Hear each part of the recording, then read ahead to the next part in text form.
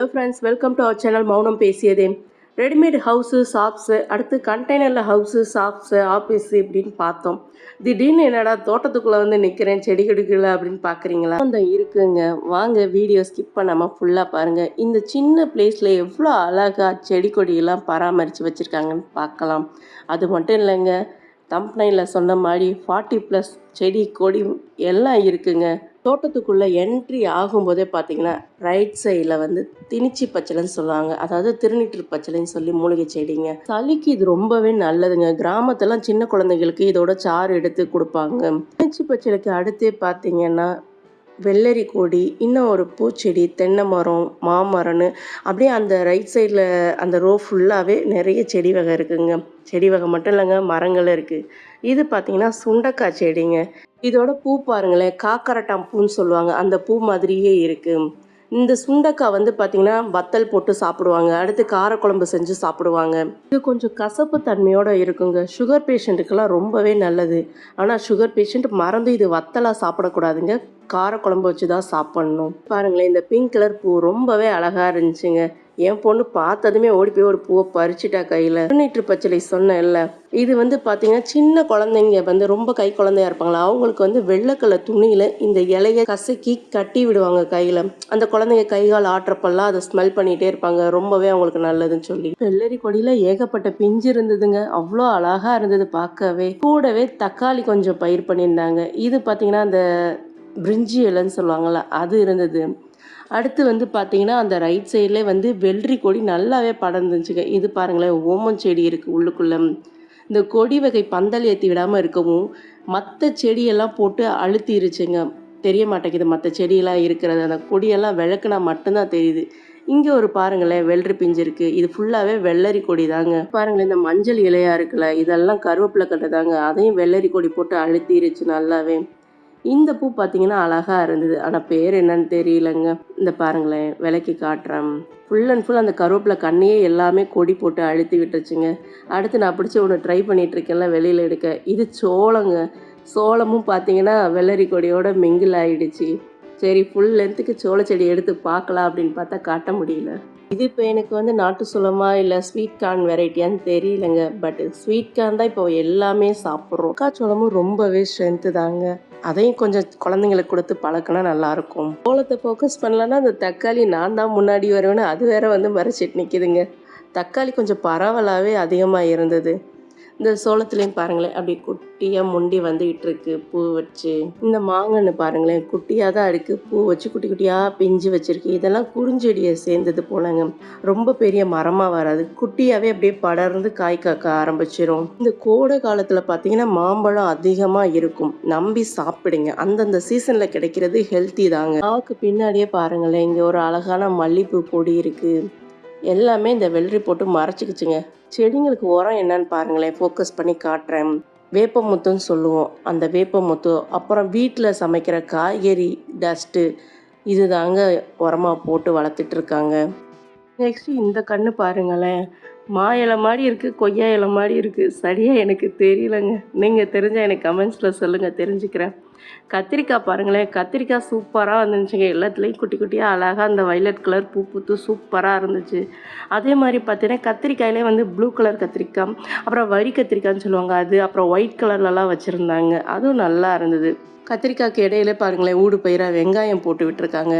தக்காளி அது எப்படி வந்துச்சோ தெரிலங்க, எல்லாத்துலேயும் தக்காளி வந்துருந்து. இது அவரை கொடிங்க. அவரையிலே 2 வகை சொல்லுவோம் நாங்கள், கோழி அவரை, பட்டை அவரைன்னு சொல்லி.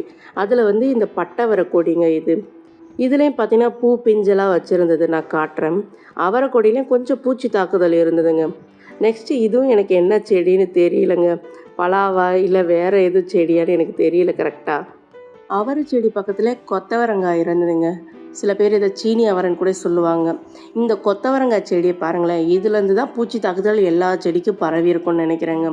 இந்த கொத்தவரை தான் இருக்கிறதுலே மோசமாக இருந்துச்சு. பிஞ்செல்லாம் இருந்துச்சு, கொத்தவரையில் ஏகப்பட்ட பிஞ்சு இருந்துச்சு. பட் பூச்சி வச்சுருந்தது, இந்த செடியில் தான் அதிக பூச்சி தாக்குதல் இருந்தது. இது பாருங்களேன் வெங்காயம், வெங்காய பூ ஃபஸ்ட் டைம் பார்க்குறேங்க. கறி கத்திரிக்காய்ன்னு சொன்னேன் இல்லைங்க, இந்த கத்திரி செடி தாங்க அது. அங்கே பாருங்களேன், அடியில் குட்டியாக பிஞ்சு இருந்தது. இந்த கத்திரி செடியெல்லாம் பாருங்களேன், இங்கே அப்படியே ரோ வைஸாக போட்டு வச்சுருக்காங்க. கத்திரி செடிக்கு இடையிலே பார்த்தீங்கன்னா தக்காளியும் மிங்கிள் ஆகி தாங்க இருக்குது. இந்த கொய்யா செடி இதெல்லாம் பார்த்தீங்கன்னா இதில் கீழே தாங்க இந்த கத்திரிக்காய், கொத்தவரை, தக்காளி, அப்புறம் வெண்டைக்காய் இந்த மாதிரி செடியெல்லாம் பயிர் பண்ணியிருக்காங்க. இந்த கொய்யா கன்று பாருங்களேன், சின்ன கன்று தான், ஆனால் கொஞ்சம் பரவலாகவே நிறைய காய் பிடிச்சிருந்தது. இந்த கொய்யா இலை இருக்குல்லங்க, இதில் எந்த இலை வேணால் எடுத்துக்கலாம். ஒரு 2-3 எடுத்து சுடுதண்ணியில் கொதிக்க வச்சு வெறும் வயிற்றில் குடித்தோம்னா சுகருக்கு ரொம்பவே நல்லதுங்க. சுகர் கண்ட்ரோல் ஆகும். கண்டெய்னர் அப்புறம் ரெடிமேட் ஹவுஸ்க்கும் இந்த தோட்டத்துக்கும் சம்மந்தம் இருக்குன்னு சொன்னேன் இல்லைங்க. ஆமாங்க. இப்போ கிராமத்துலலாம் வந்து பார்த்தீங்கன்னா பெருசாக எதுவும் தேவைப்படாதுங்க. மண்ணிலே உட்காந்துருவோம். அடுத்து பெரியவங்க வேறு யாரும் இருக்காங்கன்னா கைத்துக்கட்டல் போட்டு படுத்திருப்பாங்க. ஆனால் சிட்டி லைஃப்பில் இப்படி ஒரு தோட்டம் வச்சு பார்க்குறதே பெரிய விஷயம் தானேங்க. வீட்டுக்கும் தோட்டத்துக்கும் சும்மா சும்மா அலைஞ்சிட்டு இருக்க முடியாது இல்லைங்க. இங்கே சிம்பிளாக ஒரு கண்டெய்னர் ஹவுஸோ இல்லை ரெடிமேடு ஹவுஸோ வாங்கிட்டு வந்து நம்ம வச்சுட்டோம்னா ஈஸியாக இருக்குங்க. தோட்டத்தில் ரிலாக்ஸாக உட்காந்து தோட்டத்து வேலையை பார்த்துக்கிட்டு நம்ம லைஃபை நல்லா என்ஜாய் பண்ணலாம். ஆரோக்கியமான வாழ்க்கையும் வாழலாங்க. இந்த காய் பாருங்களேன், நான் ஸ்டார்டிங்கில் வாட்டர்மெலன் தாங்க நினச்சேன். ஆனால் வாட்டர்மெலன் இலெல்லாம் வேறு மாதிரி இருக்கும்ல. இது வந்து மிதுக்கங்காய்னு சொல்லுவாங்க. இதை வந்து பார்த்திங்கன்னா மோரில் வத்தல் போட்டு சாப்பிடுவாங்க. ரொம்பவே ஸ்ட்ரென்த்துங்க. தோட்டத்தில் ரெடிமேட் ஹவுஸில் கண்டெய்னர் ஹவுஸ் வச்சா தான் நிம்மதியாக இருக்க முடியுமா, தோட்டத்தை பராமரிக்க முடியுமான்னு கேட்டால் கண்டிப்பாக கிடையாதுங்க. இது ஒரு பெஸ்ட்டு ஆப்ஷன் தாங்க. ஆமாங்க. ஒரு சிம்பிளாக நம்ம ஒரு ரூம் எடுக்கணும், ஒரு ரெஸ்ட் ரூம் வைக்கணும், அடுத்து அதெல்லாம் வச்சோம்னாவே ஏகப்பட்ட செலவு ஆகுதுங்க. இது வந்து பட்ஜெட் ஃப்ரெண்ட்லியாக இருக்குது. ரீசேல் வேல்யூ உண்டு. நாளைக்கு நமக்கு பிடிக்கலை அப்படின்னு சொன்னாலும் நம்ம சேல் பண்ணிவிட்டு வேறு எதுவும் நம்ம பிளானில் பண்ணிக்கலாங்க. அதுக்காக தான் கண்டெய்னர் ரெடிமேட் ஹவுஸ் கொஞ்சம் ஃப்ரெண்ட்லியாக இருக்கும்னு சொன்னேன், பட்ஜெட் ஃப்ரெண்ட்லியாக. இது பாருங்களேன், சோளம் பூ மேலே பூ பூத்திருக்கு, சைடில் வந்து பார்த்திங்கன்னா சோளம் வந்திருக்கும் பாருங்களேன். இப்போ பாருங்களேன், மல்லிகைப்பூ கொடி கொஞ்சம் நல்லாவே தெரியுது. பூவெல்லாம் அழகாக பூத்திருக்கு. தோட்டம் வைக்கிறதுக்கு தரமான மண், உரம் இது மட்டும் இல்லைங்க, பூச்சி வைக்காமல் அடுத்து பார்த்துக்கணுங்க. பராமரிப்பு ரொம்பவே முக்கியம். சின்னதாக ஒரு செடியில் பூச்சி பார்க்குறோம்னா உடனே வந்து அதை சரி பண்ணிடணுங்க. இல்லைன்னா ஒட்டுமொத்த தோட்டத்துலேயுமே அது பரவிடும். ஒரு செடியிலேருந்து இன்னொரு செடிக்கு போய்.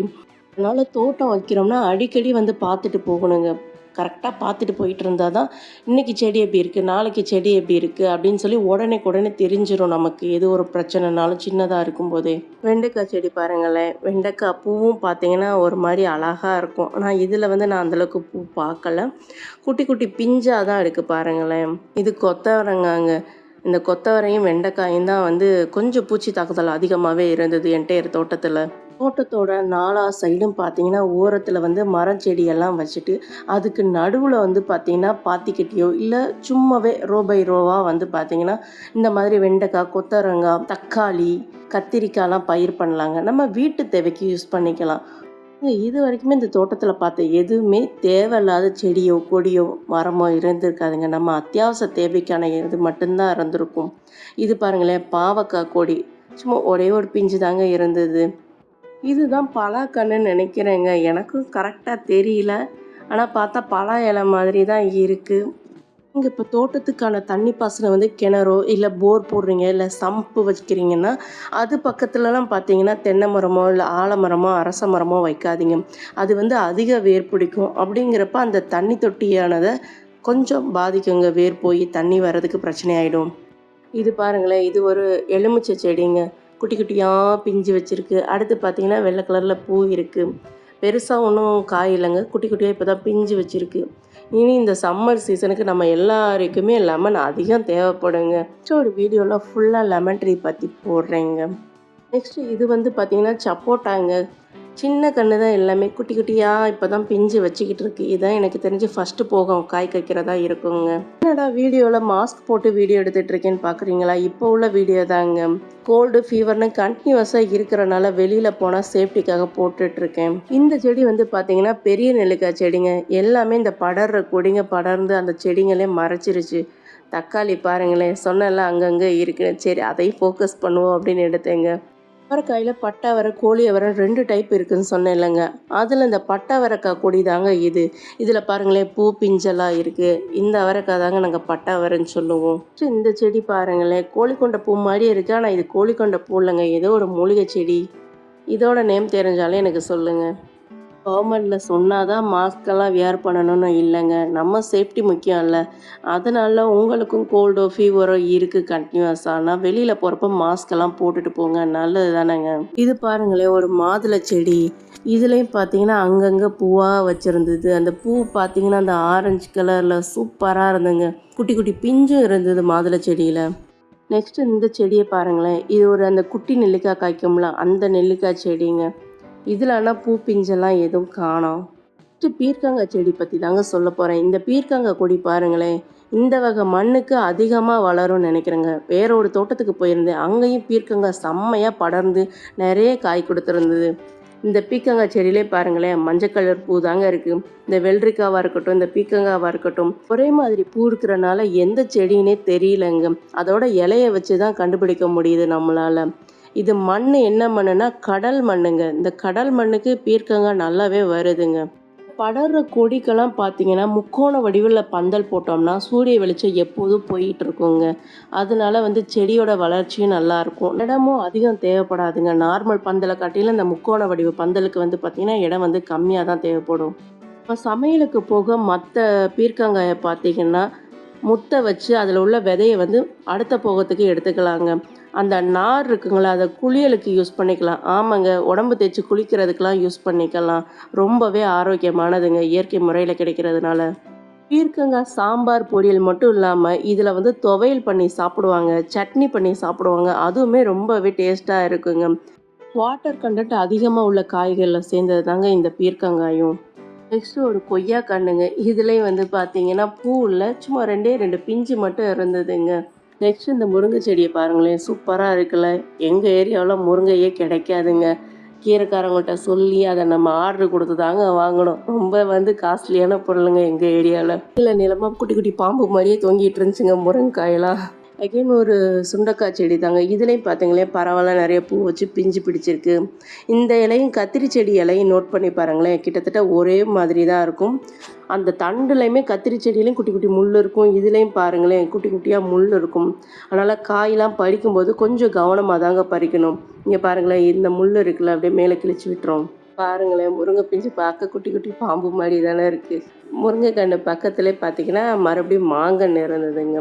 மாங்கன்னுக்கு அடுத்து பார்த்திங்கன்னா தென்னைக்கன்று, வாழைக்கண்ணெல்லாம் நட்டு வச்சுருந்தாங்க. வாழை எப்போதுமே பார்த்திங்கன்னா ஜோடியாக தாங்க நட்டு வைக்கணும்பாங்க. வாழையும் தென்னங்கன்றும் சிங்கிளாக வைக்க மாட்டாங்க. பார்த்தீங்கன்னா வாழைத்தார் வரும் பாருங்களேன். அதை பார்த்ததுமே என் பையன்லாம் அம்மா அம்மா ஃபோட்டோ எடுங்கம்மா, என்ன வாழைத்தார் கூடன்னு சொல்லி ஃபோட்டோ எடுத்துக்கிட்டாங்க. என் பையன் எடுக்கிறத பார்த்துட்டு என் பொண்ணு நானும் எடுப்பேன் ஃபோட்டோ, என்னையும் சேர்த்து எடுங்கன்னு எடுக்க வச்சுட்டா. பையனுக்குலாம் இந்த வாழைத்தாரோட ஒரே சந்தோஷங்க. அம்மாம்மா என் ஹைட்டுக்கே வாழைத்தார் இருக்குது, வாழைப்பழம் இவ்வளோ வாழைப்பழம் இருக்குது, என் பக்கத்துலேயே இருக்குது, என் பக்கத்தில் இருக்குன்னு அது பிடிச்சிக்கிட்டு வரவே மாட்டேன்ட்டாங்க. அவனுக்கு அவ்வளோ ஒரு சந்தோஷம் அந்த இது கூட ஃபோட்டோ எடுத்துக்கிறதுக்கு. பொண்ணோட கையில் பாருங்களேன் ஒரு தக்காளி ஒரு வெண்டைக்காய் இருக்கும். இந்த ரெண்டு பொருளை வச்சு அந்த ஒட்டுமொத்த வீடியோவை என்னை நிம்மதியாக எடுக்க விட்டுட்டாங்க. ஆமாங்க, தோட்டத்தில் எதுவும் பிரச்சனை பண்ணிடுவாளோ அப்படின்னு பார்த்து அது ரெண்டை மட்டும் கையில் வச்சுட்டு சைலண்ட்டாக இருந்துட்டா. இந்த வாழைத்தாரை பார்த்தீங்கன்னா எங்கள் ஏரியா சைடெலாம் நாட்டுப்பழம்னு சொல்லி சொல்லுவாங்க. திருச்செந்தூர் கோவிலெலாம் இதுதான் பிரசாதமாக தருவாங்க. 2 வாழைக்கண்ணுமே சும்மா ஷார்ட்டாக தாங்க இருந்துச்சு, ரொம்பலாம் ஹைட்டு கிடையாது. வாழைக்கண்ணுக்கு அடுத்து பார்த்தீங்கன்னா சீத்தாக்கன்று வச்சுருந்தாங்க. இதுதாங்க அந்த சீத்தாக்கன்று. இதில் பார்த்தீங்கன்னா பூ பிஞ்சு எதுவும் இல்லை, சும்மா சின்ன செடியாக தான் இருந்தது. இந்த வாழைக்கண்ணை பாருங்களேன், குட்டினா எந்த அளவுக்கு குட்டியாக இருக்குது பாருங்களேன். அது சாஞ்சி என் பொண்ணு கையில் பிடிச்சிக்கிட்டு இருக்க அளவுக்கே தாராளமாக சின்னதாக இருந்ததுங்க. மாலையிலலாம் கட்டுவாங்கள்ல இந்த பூ வச்சு, கோழிக்கொண்டைன்னு சொல்லுவோம். அவ்வளோ ஒரு சாஃப்டாக செம்மையாக இருந்துச்சுங்க நேரில் பார்க்கும்போது. நான் அப்படியே தொட்டு தொட்டு பார்த்துட்டே இருந்தேன். கூடலாம் இருந்து நிறைய ஃபோட்டோஸ்லாம் எடுத்துக்கிட்டேங்க. எனக்கு பார்த்தது அவ்வளோ சந்தோஷம் தாங்க முடியலை. ரொம்ப வருஷம் கழித்து இந்த செடியை பார்க்குறேங்க. ஊர்லலாம் எங்கள் கிராமத்துலலாம் பார்த்தீங்கன்னா நிறைய இது இருக்கும், வீட்டில் தானாகவே முளைச்சி வரும். ஆனால் இங்கே பார்க்குறது ரொம்பவே கஷ்டமாயிடுச்சுங்க. நேரில் பார்த்தது செம்மையாக இருந்தது. அவ்வளோ நேரம் நான் தாங்க வீடியோ எடுத்துக்கிட்டு இருந்தேன். இந்த செடியை பார்த்ததுமே எனக்கு ஆர்வம் தாங்க முடியல. உடனே என் வீட்டுக்காரரை வர சொல்லி தங்க வீடியோ எடுத்தங்க அப்படின்னு சொல்லி அவங்கள வீடியோ எடுக்க சொல்லிட்டேன். ஃபுல் அண்ட் ஃபுல் இந்த செடியில் ரொம்பவே என்ஜாய் பண்ணேங்க. ஃபோட்டோஸ் வீடியோஸ்லாம் எடுத்துக்கிட்டு சூப்பராக இருந்தது. ஃபோட்டோ வீடியோலாம் எடுக்கிற பார்த்துட்டு என் பொண்ணு கூட உட்காந்து அவளும் பூவெல்லாம் பிடிச்சி வச்சுக்கிட்டு ஃபோட்டோஸ் எடுத்துகிட்டு இருந்தாங்க. ரொம்பவே அன்றைக்கி இந்த தோட்டத்தில் செம்மையாக என்ஜாய் பண்ணோம் நாங்கள். இது பாருங்களேன், மல்லிப்பூ போல இருக்குல்ல. ஆனா மல்லிப்பூ கிடையாதுங்க. இந்த பூவ வந்து பார்த்தீங்கன்னா, கொஞ்சம் நேரம் தண்ணீல போட்டு வச்சுட்டு, கண் எரிச்சல்ல கண் வலிக்குதுன்னா, கண்ல அப்படியே வச்சிருந்தோம்னா சரியாயிடும்னு சொல்லுவாங்க. இது பாருங்களேன், துளசி செடி, அப்புறம் பக்கத்துல முள்ளங்கி செடி இருந்தது. நான் சரி முள்ளங்கி எதுவும் மேலால தெரியுதா அப்படின்னு சொல்லி விலக்கி பார்த்தேங்க. ஆனா ஒண்ணும் தெரியல. சரி ஓகே, முள்ளங்கிய பார்க்க முடியல. செடியாவது பார்த்தோமேன்னு வந்துட்டேங்க. முள்ளங்கி கீரையும் பொரியல் பண்ணி சாப்பிடலாங்க. ரொம்பவே நல்லது. இது பாருங்களேன், வெங்காய செடி என் பொண்ணு தான் பார்த்துட்டு சொன்னா. வெங்காய செடியில அழகா பூ பூத்திருந்துச்சு. பார்க்கவே அழகா இருந்தது. வெங்காய செடி பக்கத்துலயே பார்த்தீங்கன்னா, கொஞ்சமா வெத்தலை செடி, மணி பிளான்ட்டு, அடுத்து பார்த்தீங்கன்னா, இது என்னன்னு தெரியல, பார்க்க ஓமம் மாரி இருந்துச்சு. அது பக்கத்துலயே குட்டியா கருவேப்பிலை கன்னு, இது அன்னாசி செடிலாம் வச்சிருந்தாங்க. பச்சல துளசி, சொண்டைக்காய், பச்சை மிளகாய், கத்திரிக்காய், அப்புறம் பிங்க் கலர்ல ஒரு பூ, வெற்றலை, ஓமம், அப்புறம் கண்ணுல தேய்ச்சிக்கிற பூ, முள்ளங்கி, தக்காளி, வெங்காயம், கத்திரிக்காய், வெண்டைக்காய், இது ஒரு செம்பருத்தி குச்சிங்க. அடுத்து வந்து பார்த்தீங்கன்னா வெத்தலை, இது வந்து பச்சை மிளகாய் செடி, அடுத்து இது தூதுவளை செடி. கடல் ஏரியான்னு சொல்லியிருந்தேன்லங்க, கடல் ஏரியாங்கிறனால 10 அடியிலே நல்ல தண்ணி கிடைக்குங்க. அதுக்கு கீழே போயிட்டா கடல் தண்ணி ஊடுருவி வந்துடும். இந்த கிணத்து பாசனத்தில் தாங்க இந்த ஒட்டுமொத்த தோட்டத்துக்கு தண்ணி பாயுது. சும்மா சொல்லக்கூடாதுங்க. சிட்டி லைஃபே வாழ்ந்துகிட்டு இருக்கவங்க, அதுவும் கடல் ஏரியாவில் இந்த மாதிரி ஒரு சின்ன இடத்துல காய்கறி தோட்டம்லாம் வச்சு பராமரிக்க முடியும் நிரூபிச்சிருக்க இந்த தோட்டத்து ஓனர் கிருஷ்ணமூர்த்தி அப்பாவுக்கு ரொம்ப பெரிய வாழ்த்துக்கள் சொல்லிடுவாங்க. இந்த கீரையை பாருங்களேன், நாங்கள் சண்டி கீரைன்னு சொல்லுவோம். இடுப்பு வலிக்கெல்லாம் இது ரொம்பவே நல்லதுங்க. கீரையை பொரியல் பண்ணி சாப்பிடுவாங்க எங்கள் ஊர் பக்கம்லாம். செடி கொடின்னு இயற்கையை விரும்புகிறவங்க நம்ம வீட்டை சுற்றி உள்ள சின்ன சின்ன இடத்துல நமக்கு பிடிச்சமான காய்கறியோ இல்லை பூச்செடியை வச்சு பராமரித்து சந்தோஷமாக இருப்போங்க. நம்ம வீடியோ பிடிச்சிருந்தா மறக்காமல் லைக் பண்ணுங்கள், சப்ஸ்கிரைப் பண்ணாதுங்க சப்ஸ்கிரைப் பண்ணுங்கள், பக்கத்தில் இருக்க பெல் ஐக்கானை கிளிக் பண்ணி ஆளுங்கிற ஆப்ஷனை கிளிக் பண்ணிக்கோங்க. அப்போ தான் நான் போடுற வீடியோ உங்களுக்கு நோட்டிஃபிகேஷனாக வரும். வீடியோ பார்க்குற வியூவர்ஸ் அண்ட் சப்ஸ்கிரைப் ஃப்ரெண்ட்ஸ்க்கு ரொம்ப பெரிய தேங்க்ஸ்ங்க. தேங்க்ஸ் ஃபார் வாட்சிங். Thanks for watching.